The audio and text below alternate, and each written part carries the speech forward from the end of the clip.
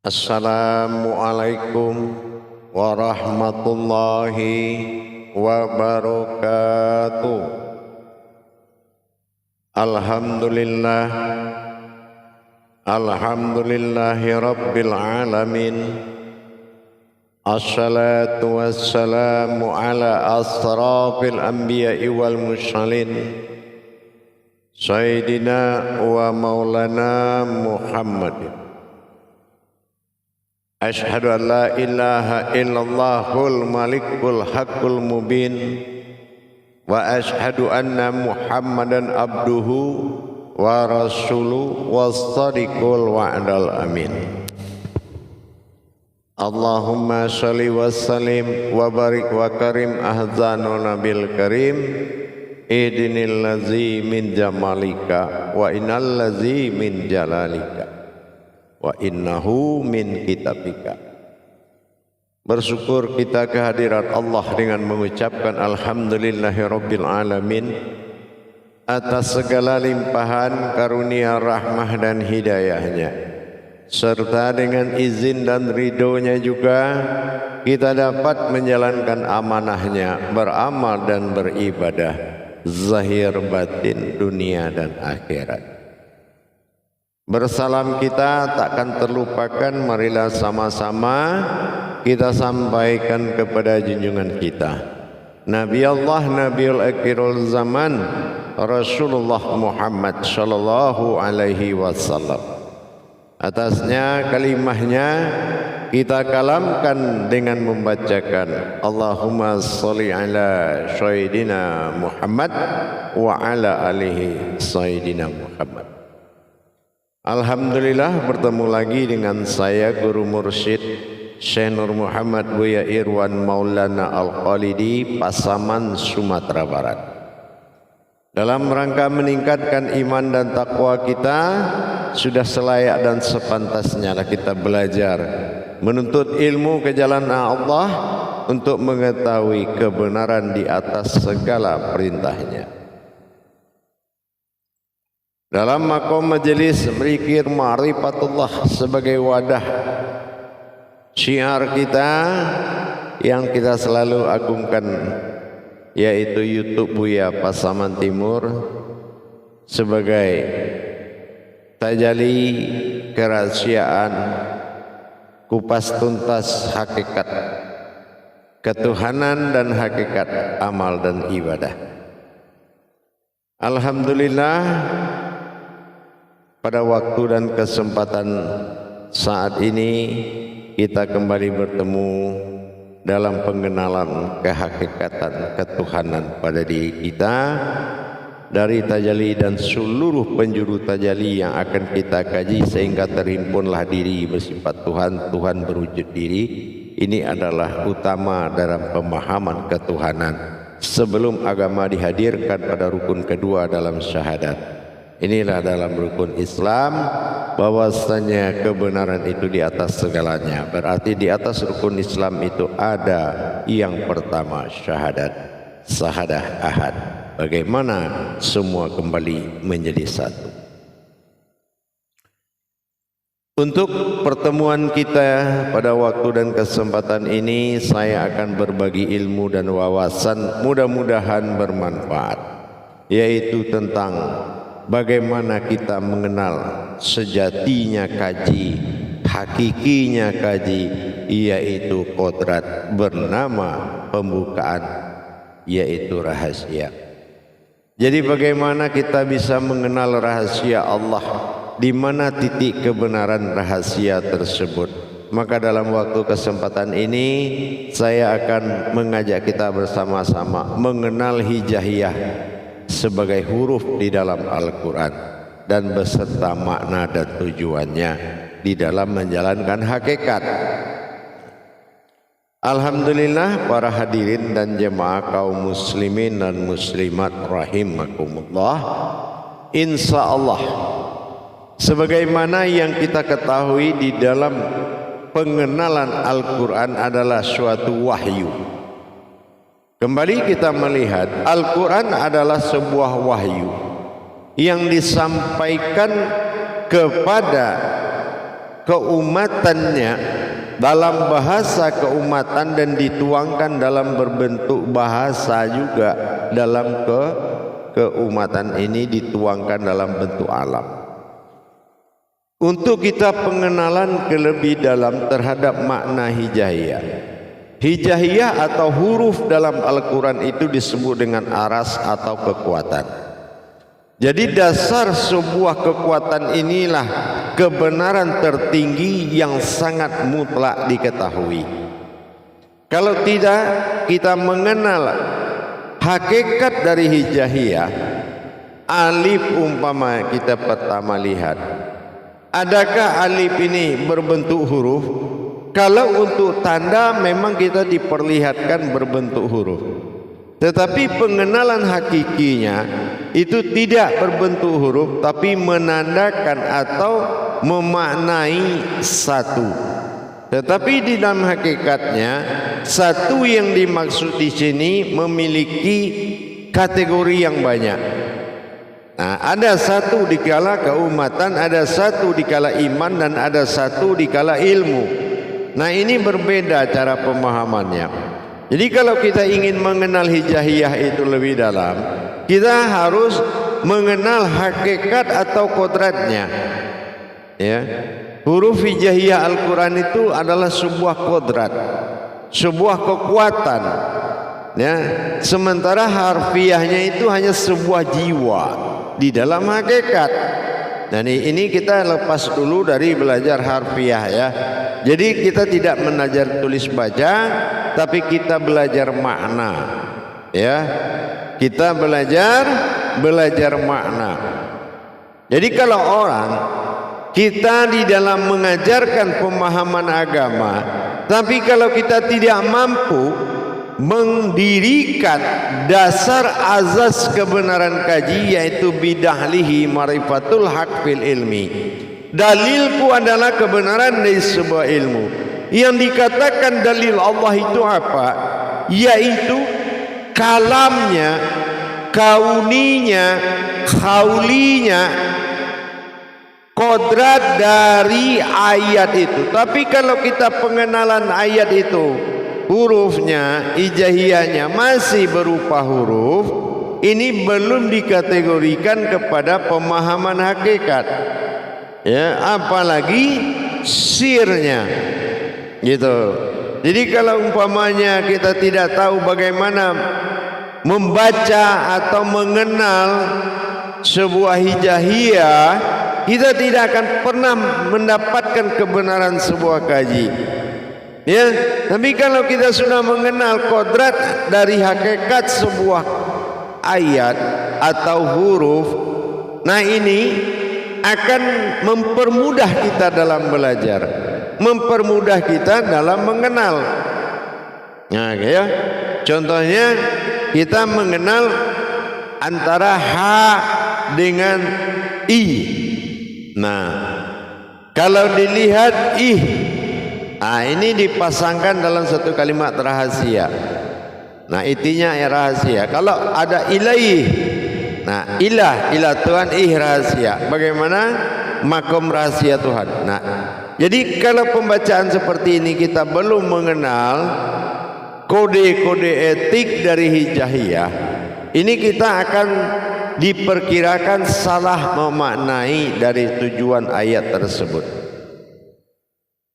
Contoh, ya ayyuhallazina amanu, wahai orang-orang beriman. Tapi kenapa ditulis amanu? Nah, kalau pengenalan hijaiyah ini kita tidak tahu, ini akan membuat makna ini berubah arti. Ya, atau arti bisa merubah makna karena kita tidak mengenal bagaimana kodrat-kodrat di hijaiyah tersebut. Ilah, ilaih. Nah, ini potensi alif sampai ya dalam kaji hayat, kaji wujud, kaji batin, kaji nur, kaji zat, kaji sir. Ini dalam potensi aras atau kekuatan hijaiyah tadi. Kalau kita tidak mengenal, ini membuat suatu tajali yang dikhawatirkan salah. Begitu ya, dikhawatirkan salah.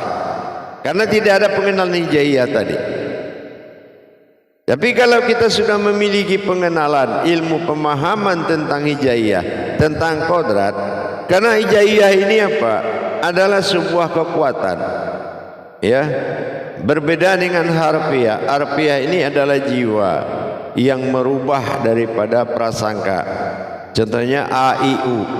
Nah, yang a, i, u itu kan bukan alifnya 3 buah. Karena dibaca kasroh a, kasroh i, dan domah u. Nah, yang merubah itu adalah hijaiyah. Nah, sementara Al-Quran,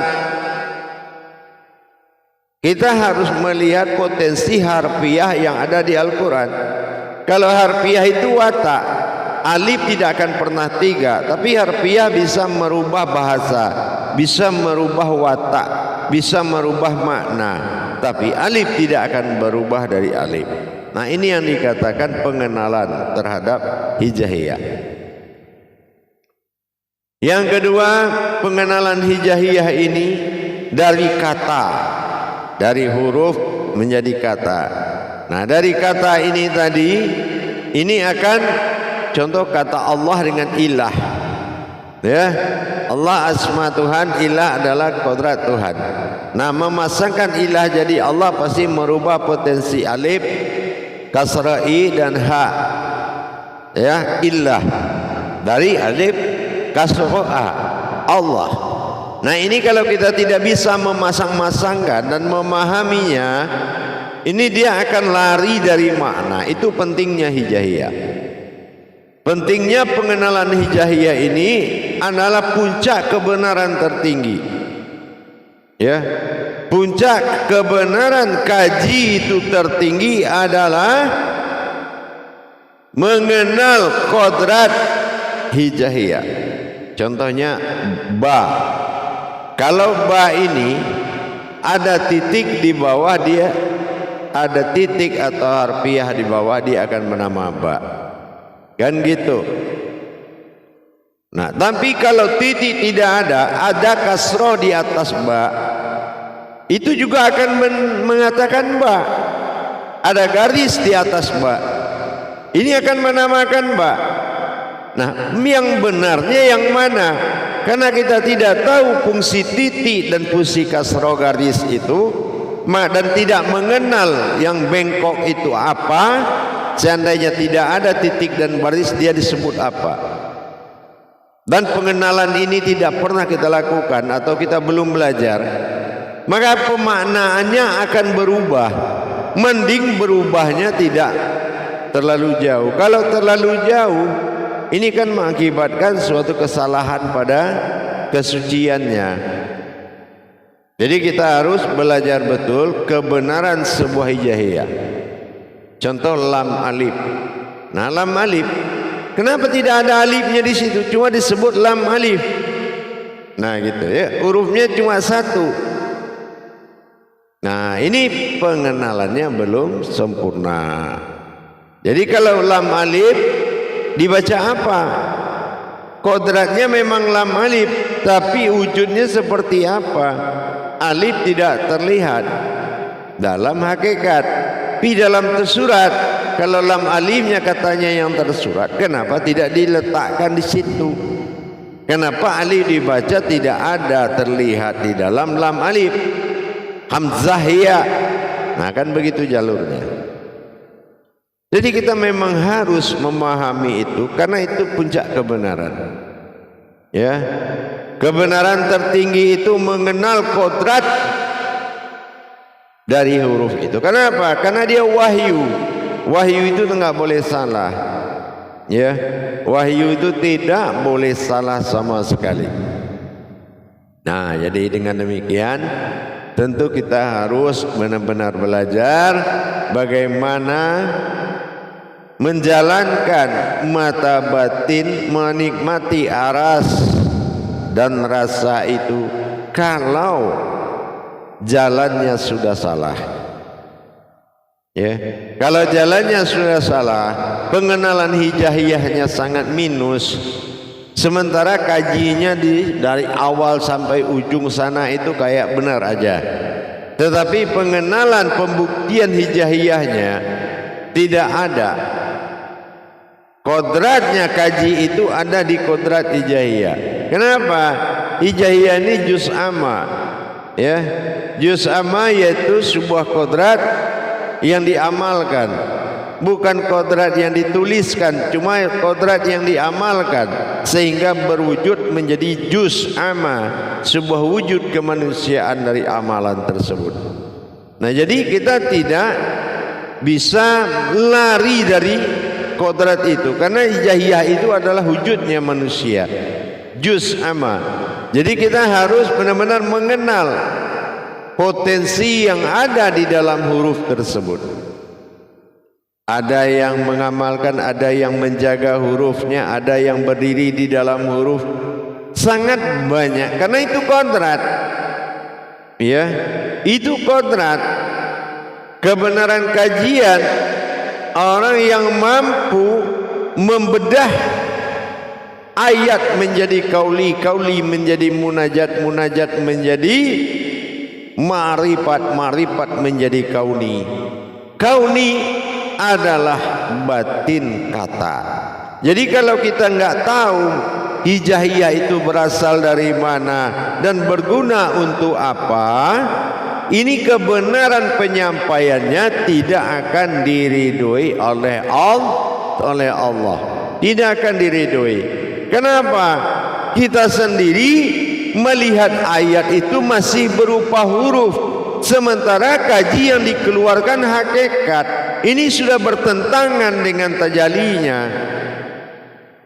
Kemampuan dia itu bukan kemampuan Tuhan yang disampaikan, cuma dia menyampaikan kemampuan Tuhan itu dengan kemampuan dia. Ini yang merusak amanah itu.